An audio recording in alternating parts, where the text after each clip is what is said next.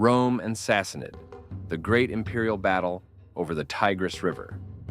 In the mid-1st century BC, the Roman Empire was seeking to consolidate its position in Anatolia. The Pontic king Mithridates, on the other hand, was planning to dominate all of Anatolia and fought one fierce battle after another against the Roman Empire. The most famous of these were the battles between 88-885, 83-881, and finally 74-63 BC, which are referred to in the literature as the Mithridates Wars. Having achieved a decisive superiority over the Pontic kingdom in these wars, Rome further expanded its borders in Anatolia. With the successive victories of the Roman generals Pompeius and Lucullus, the Romans destroyed Tigranokerta in 69 BC and annexed the provinces of Armenia and Syria in 64 BC, making the Romans neighbors with the Parthians in the east.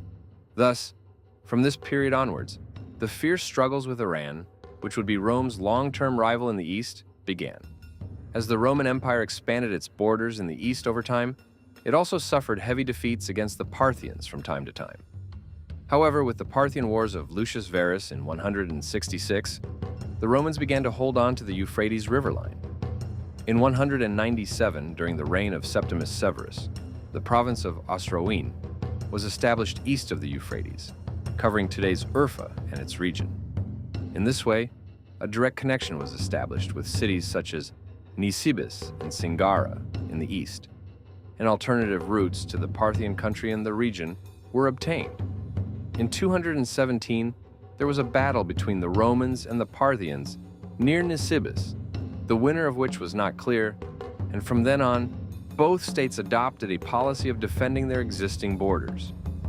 In 2224, a major political change took place in the east, and the Parthians were replaced by the Sassanids, who rebelled and seized the throne of Iran. This new dynasty, claiming its lineage to the Achaemenids, laid claim to all of Anatolia and adopted a more aggressive policy than its predecessor. If we look at the Roman Empire during the same period, between 224 and 284, the state was in a period of crisis and had to deal with many problems both internally and externally. While in the current uncertainty, the Sassanids were constantly raiding Roman lands in the east. The reign of Diocletian, 284 to 305, was a period of overcoming the crisis, recovery, and reorganization for the Roman Empire. Galerius, whom he appointed as Caesar, embarked on a great campaign against the Sassanids in 297, first encountering and defeating King Narses in the province of Armenia, and then capturing the Sassanid capital of Ctesiphon from there. It is widely reported in the sources of the period that in the year 298, the Sasanian king Narses was forced to approve a peace treaty with very harsh conditions for his state. This treaty of 298 was an important turning point in Roman-Iranian relations. The most important source that conveys the articles of this treaty to us is Peter Patrician, an important statesman and diplomat of the Justinian era. In his work, which has come down to us in fragments, Peter lists 5 points about the treaty. According to this one, the Romans will annex Intiline, Sophene, and Arzanene, as well as Corduene and Zabdicene. 2.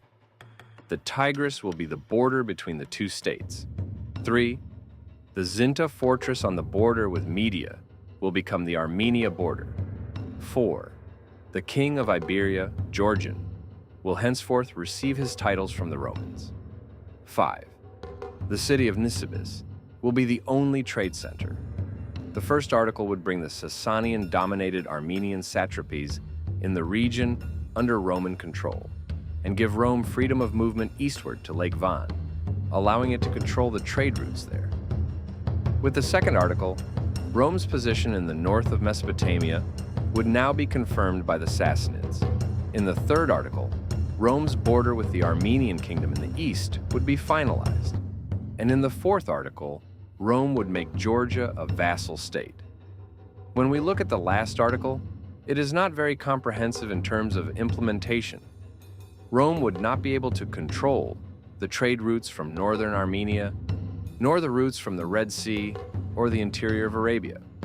In fact, according to R.C. Blockley, who has written extensively on Roman-Sasanian relations, Rome only coveted the high income of this city.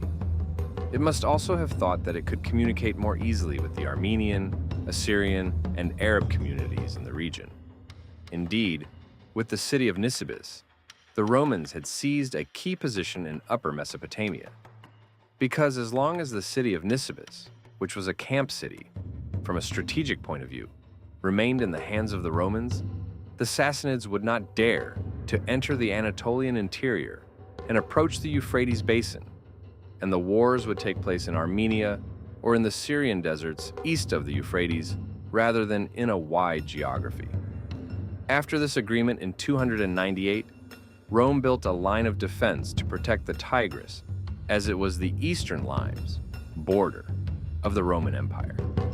Immediately after the peace, Diocletianus hurried to protect the border security and built several fortresses.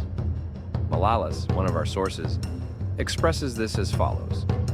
Diocletian built fortresses from Egypt to the Persian border, designating them as limitanae, and assigning a duke, ducas, to each district to guard them with large military forces.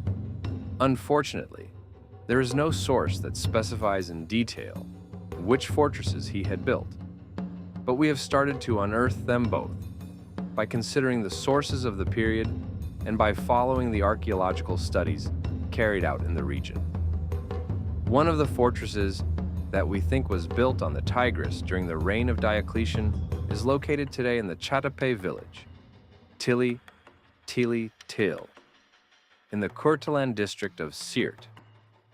Strategically located at the confluence of the Tigris and Botan rivers, Til is a natural peninsula slightly above the river. Western travelers to the region from the late 19th century onwards mention Til in their works as a strategically important outpost located between Arzanene and Corduene.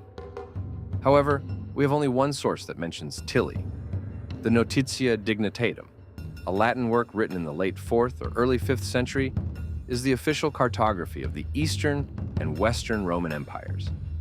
In this work, Pafensis appears in the list of cities and fortresses in the Roman province of Mesopotamia. In fact, Ammianus Marcellinus, a famous historian and Roman soldier from Antioch who participated in the Sassanian campaigns, wrote a work long before the Notitia Dignitatum. But interestingly, Pafensis is not even mentioned by name in his work. It is quite strange that Ammianus, who mentions most of the cities and fortresses in the region in his work, does not mention such an important outpost fortress. Perhaps he may have mentioned it in the lost parts of his work that have not survived to the present day. With the recent archaeological excavations on Chatape, we are completely sure of the Roman past of this place, especially the shape of the walls and their similarity to other fortresses built in this period, as well as the coins found here, take us back to the early 4th century. The coins are generally dated to the reigns of Constantius II, 337 to 361, and Constantius Gallus, 351 to 354. After Diocletian, the reign of Constantius, 337 to 361, was characterized by fierce battles against the Sassanids. Only in 343-4 did he win a decisive victory in a battle near Sinjar, which was not decisive because of the lack of discipline of his troops. Although Nisibis was besieged 3 times by the Sassanids during this period, and Amida fell in 3109, Constantius managed to build a very serious defensive wall in the region.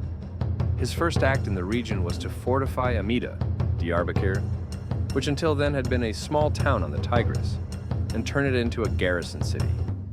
At the same time, he established Tella de Mauzilat, now known as Viran Shahir, as a fortified town and renamed it Constantia. Not content with this, he moved further southeast and built 2 more fortified fortresses, one on the Tigris, Cephas, and one on the ridges of Tur Abdin, or Abdion. An Assyrian writer puts it this way: Constantius built 2 large fortresses to protect the area, Tur Abdin, against Persian raiders. He built one on the summit of the mountain on the border of Beth Arabai, and the other on the Tigris. He called it the Rock Fortress, Hesen Kef, and made it the chief city of the Sassanid region. Now, after Tili, 2 new fortifications have been built on the Tigris. This information has long been known and accepted by the scientific community. Now there is another fortification on the Tigris, which the sources do not specify when it was built. Today, the site is located in Hendekoy, in the Idil district of Shirnak. This city, known as Bezabde in historical records, was a garrison located on the right bank of the Tigris River, 20 to 25 meters above the river. There is no information in the sources as to when it was built. Of course, a detailed archaeological study here will reveal this more precisely. Ammianus Marcellinus is the author who provides the most information about Bezabde. He describes the siege of the city by the Sasanian king Shapur in 360 as follows. Shapur then marched on Bezabde. The first founders of the city called it Phoenicia. The arrogant Persian king thought he could enter it easily, but Bezabde was a very strong fortress and was situated on a hill of moderate elevation. Sloping towards the Tigris River, it was protected by a double wall due to its low elevation. Indeed, even when viewed from satellite, the remains of these double walls of the city can be easily seen. However, our main question here is why the sources do not mention when such a strong fortress was built. After Nisibis, it was the closest garrison of Rome to the eastern border. It was also the last outpost on the Tigris River in the east. Since the garrison built by Diocletian on Tili would not be sufficient to ensure the security of the region in the following years, it is quite natural that another such fortress would have been built here. Thus, Bezabde was a second security point after Nisibis, but it was also a point that could control the Tigris crossings. Bezabde, like the fortresses of Rabdion and Cephas, was probably built during the reign of Constantius. However, 3 years after it fell to the Sassanids in the year 3006, the region was completely surrendered to the Sassanids in a heavy peace treaty after the great defeat and death of the Emperor Julianos. According to Ammianus, Rome, with a disgraceful treaty, he surrendered the regions of Arzanin, Cordwain, Moxoin, Zabdekene, and Rehemene to the Sassanids, along with 15 fortresses, Nisibis, Singara, Sinjar, and Castra Marora. Thus, the border between the Romans and the Sassanids changed dramatically. With the loss of Nisibis, the Romans' supremacy in northern Iraq and Tur Abdin came to an end. From the Roman point of view, almost half of the gains of 298 had been lost, and the Nymphios River north of the Tigris remained as the border between the two states. The Sassanids, on the other hand, regained some of the authority they had lost over the Tigris and brought the Armenian satrapies in the region back under their control.